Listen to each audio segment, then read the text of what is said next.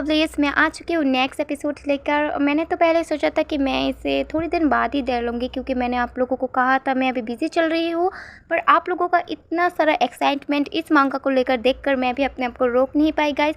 और आप लोगों का ये भी रिक्वेस्ट था कि मैं थोड़ा बड़ा वीडियो बनाऊँ, तो गाइस हाजिर है आप लोगों के सामने कुछ बड़ा एपिसोड।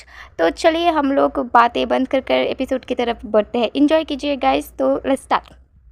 नेक्स्ट एपिसोड वहीं से स्टार्ट होता है जहाँ पर हमारा केविन आयरिस से कह रहा था कि तुम बाद में रिग्रेट नहीं कर सकती। अभी आयरिस और केविन एक दूसरे को कुछ देर के लिए देखते हैं और फिर आयरिस सोच रही थी कि ये कैसे हो गया, मेरा कभी भी ये इंटेंशन नहीं था कि मैं इसके इतने क्लोज आ जाऊँ। तभी दिखाया जाता है केविन हमारे आयरिस के कुछ ज़्यादा ही करीब आ जाता है और फिर उससे अपनी कमर पर टच करने लगता है। आयरिस कह रही थी, हे तुम क्या कर रहे हो, रुक जाओ।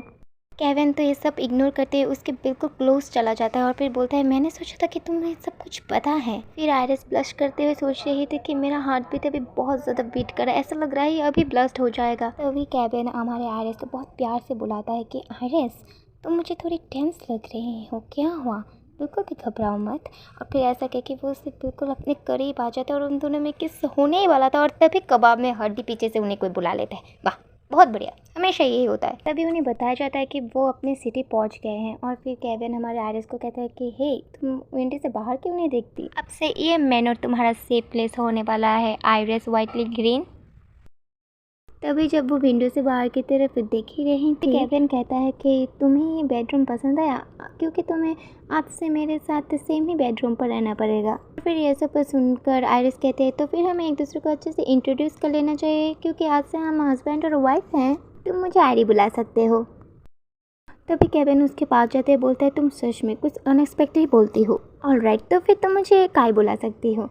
और फिर वो भी कहती है ठीक है काय, ओह ये नाम अच्छा भी है, पर मैंने केविन और आयरिस से कहने वाली हूँ। आयरिस सोच रही थी कि पर एक साथ एक ही बेडरूम में सोना ये थोड़ा अनएक्सपेक्टेड है मेरे लिए, क्योंकि मैंने तो सोचा था कि अरेंज मैरिज के कपल सेपरेट बेडरूम में ही सोते हैं। तभी केविन आयरिस को उसकी कमर से पकड़ते हुए खींचकर कहता है कि तुम तो पहले से रिलैक्स रख रही थी, अभी तुम्हारे दिमाग में क्या थॉट्स चल रहे हैं। फिर भी हमने वो फिनिश नहीं किया है जो हमने पहले छोड़ा था, तुम्हें क्या लगता है क्या हमें वो फिनिश नहीं कर लेना चाहिए काउंटेस ग्रीन। आयरिस कह रही थी ब्लश करते हुए कि लेकिन अभी भी बाहर बहुत रोशनी है। और फिर वो उसे किस करते हुए कह रहा था, कोई बात नहीं, मैं आखिर एक बीस्ट जो हूँ, मुझे तो अभी ये सब करना है। तभी आयरिस उसके मुंह पर हाथ रखते हुए बोलते हैं, नहीं हम अभी नहीं कर सकते। वो बिल्कुल क्यूट वे में हंसते हुए बोलते हैं, लेकिन क्यों। सोच रहा था कि मैंने कभी भी ऐसा कुछ नहीं देखा था। फिर आयरिस कह रही थी कि तुम्हें नहीं लगता पहले तुम्हें मुझे अपना असली रूप दिखा लेना चाहिए, तुम तो मुझे वैसे भी डराने का ट्राई करना चाहते थे ना।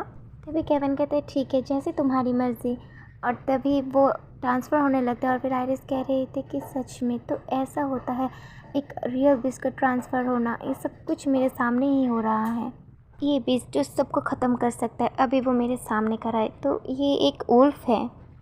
तभी केविन कहता है कि तुम बिल्कुल भी डरी हुई नहीं लग रही हो। तभी आयरिस उसकी गाल पर हाथ रखते हुए बोल रही थी कि मेरे पास कोई डरने वाली बात ही नहीं है, ये मेंशन नहीं है, लेकिन वो सच में बहुत खूबसूरत है। मुझे समझ नहीं आ रहा कि क्यों उसे इतना टेरेबल डेथ का सामना करना पड़ा। उस रात सच में वो पूरा खून से लथपथ था। इसने अपना पूरा लाइफ उस रेलिक को प्रोटेक्ट करने में दे दिया, बस नॉर्मली मरने के लिए, क्योंकि वो एक बीस्ट है। सच में कितना इनजस्टिस है। तभी केविन उससे प्यार से बोलता है आयरी। तभी वो अचानक से केविन का हक कर लेते हैं। केविन कह रहा था कि तुम सच में बाद में रिग्रेट करोगी। आयरिस कह रही थी नहीं, मैं इससे कभी नहीं रिग्रेट करने वाली। क्या सच में अभी भी तुम रिग्रेट नहीं करने वाली। और ऐसा कहते वो बिल्कुल अपने असली रूप में आ चुका था और वो बिल्कुल शर्टलेस था। आयरिस तो ये देखकर बिल्कुल चौंक जाती है और फिर शर्माते हुए और पैनिक करते बोलते क्या ये क्या है, और फिर बहुत ज़ोर से वो चिल्ला देती हैं। फिर सब सर्वेंट यहाँ पर आ जाते हैं, कहते हैं माय लेडी क्या आप ठीक है, कैप्टन आप ऐसे क्यों ड्रेसअप पकड़ रखे हैं। और यहाँ पर हमारी हीरोइन तो बिल्कुल एम्बुलेंस के मारे बैठी हुई थी।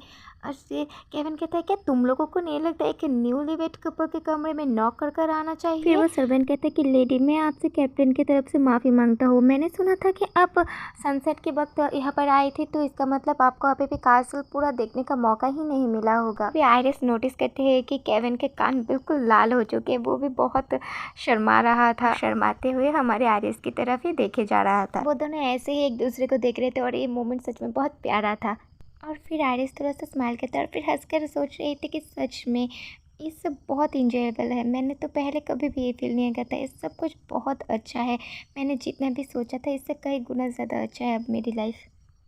फिर दिखाया जाता है कि सारे सर्वेंट हमारे आइरिस को इंट्रोड्यूस दे रहे थे एक दूसरे के, और फिर वो लोग रो कर कह रहे थे प्लीज़ हमारे कैप्टन का ध्यान रखिएगा। और केविन तो इरिटेट होकर बोलते हैं ओहो तुम लोगों का ख़त्म नहीं, अब जाओ भी यहाँ से। मैंने अभी भी आइरिस को पूरा मैनर नहीं दिखाया है तो फिर तुम लोग जाओ यहाँ से अब। और फिर वो लोग कहते हैं हाँ हाँ हाँ अब हम जा रहे हैं, आप इंजॉय कीजिए माय लेडी और कैप्टन। और फिर वो कहते हाँ सच में ये लोग भी ना। और फिर वो कह रही थी हाँ देखकर अच्छा लग रहा है आप लोगों को। और फिर वो कहते हैं हाँ वो लोग मेरी एक फैमिली की तरह ही है। और फिर आइरिस कहती है हाँ फैमिली, सच में, और मेरी फैमिली तो बहुत टेरिबल भी थी। तभी सीन चेंज होता है उस चूड़ा लड़के की तरफ जहाँ पर वो चिल्ला रहे थे और कह रहे थे क्या सच में आप चाहते हैं मैं पीछे बैठी रहूँ चुपचाप, जबकि उस लड़के ने काउंट गेन से शादी कर लिया। फादर आप मेरे साथ ऐसा कैसे कर सकते हैं। फिर वो बुढ़ा आदमी कहता है मेरे पास और कोई चॉइस नहीं थी, हमारी फैमिली के लिए ज़रूरी था। और फिर वो चिल्ला कर कहती है मुझे गोल्ड माइन के कोई फ़र्क नहीं पड़ता। अब समझिए मेरे बात को, तुम मेरे साथ ऐसा आखिर कैसे कर सकती हो, तुम आखिर मुझसे सब कुछ कैसे छीन सकती हो। और फिर उसकी माँ कह रही थी सच में शेमफुल है कि हमारी बेटी काउंटेंस नहीं बन पाई। और फिर वो चूड़ा लड़के कहते हाँ माँ आपने बिल्कुल सही कहा। फिर वो बुड्ढा कहता है वेल मैं देखता हूँ काउंट प्रिंस से क्लोज किसी इंसान से बात करके। और फिर वो चुड़ा लड़का खुश होकर बोलती है इसका मतलब मैं काउंट प्रिंसेस बनने जा रही हूँ। हाँ फिर ठीक है, तुम अब काउंटेंस बन सकती हो आइरिस, क्योंकि मैं बनने वाली हूँ अब क्राउन प्रिंसेस, और अब तुम मुझसे बच कर रहना। हाँ अब मुझे वो लेटर भी फिनिश कर लेना चाहिए। और फिर सीन चेंज होता है आइरिस और केविन की तरफ, जहाँ पर वो लोग डाइनिंग टेबल पर बैठे होते रहे ऐसे खाने के बारे में बात कर रहे थे। और फिर हम उससे केविन पूछता है कि आइरिस तुमने यहाँ पर क्या एंजॉय किया मेन्यू में। फिर आइरिस कहते हैं ये थोड़ा हार्ड है कोई एक चीज़ पिक करना क्योंकि सब कुछ बहुत ही ज़्यादा खूबसूरत था। फिर वो सोचते कि कैसे केविन उसे पूरा मेन्यू दिखा रहा था उसका हाथ पकड़ के, सच में ये एक बटलर की तरह मुझे सब कुछ समझा रहा था। और फिर केविन कह रहा था कि देखो ना तुम यहाँ पर कितना कुछ। और फिर वो कह रही थी कि मैंने कभी नहीं सोचा था एक प्रोफेशनल टूर की तरह होगा, सच में मैंने कभी ऐसा कुछ फील नहीं किया था, ये सरप्राइजिंगली बहुत ही ज़्यादा केयरिंग है। और फिर फ्लैशबैक ख़त्म होता है और वो कह रही थी ये सब इतना अच्छा इसलिए था क्योंकि तुम मेरे साथ थे काय, और मैं तो उसे ऐसे इमेजिन करे उस सच में। तभी केविन अचानक से उसके गालों को पकड़ता है और वो थोड़ा चौंक जाती है। और फिर वो कहते हैं मुझे ऐसा क्यों लग रहा है कि तुम मुझे फिर से सेड्यूस करने की कोशिश कर रही हो। फिर उसके बालों को पकड़ते बोल रहा था तो फिर क्या हमें बेडरूम पर चले जाना चाहिए। क्या तुमने एक नाइट गाउन ले लिया है डार्लिंग। ओ डार्लिंग। आइरिस कह रहे थे कि हाँ काय मेरे पास अभी कोई गाउन नहीं है, असल में ये जो मैंने क्लॉथ पहने हुए यही मेरे पास एक आखिरी क्लॉथ है। तभी वो उठते बोलता है अगर ऐसी बात है तो तुम मेरा पहन सकती हो। और फिर वो थोड़ा चौंक कर बोलते हैं कहाँ ये तुम क्या कर इतना भी रिडिकुलस मत हो। फिर वो कहता है मैं सीरियस हूँ, अगर तुम्हें कोई बुरा ना लगे तो मुझे अच्छा लगेगा तुम्हारे ऊपर ये देखकर। आइरिस के ऊपर हाथ रखते बोलते हैं और फिर मैं उसे खुद ही उतार दूंगा। फिर वो आइरिस के गालों को पकड़ कर बोल रहा था तुम ब्लश करते बहुत खूबसूरत लगती हो आयरी, और ये मुझे तुम्हारी तरफ और भी ज़्यादा अट्रैक्ट करता है। और फिर नेक्स्ट सीन दिखाया जाता है जहाँ पर वो दोनों एक ही बिस्तर पर सो रहे थे और केविन से कह रहा था कि सच में वो शायद बहुत थकी हुई इसलिए थोड़ी किस के बाद वो सो गई, और ये थोड़ी फ़नी भी है। और ऐसा कह के उसने उसके फॉरहेड पर किस कर लिया था।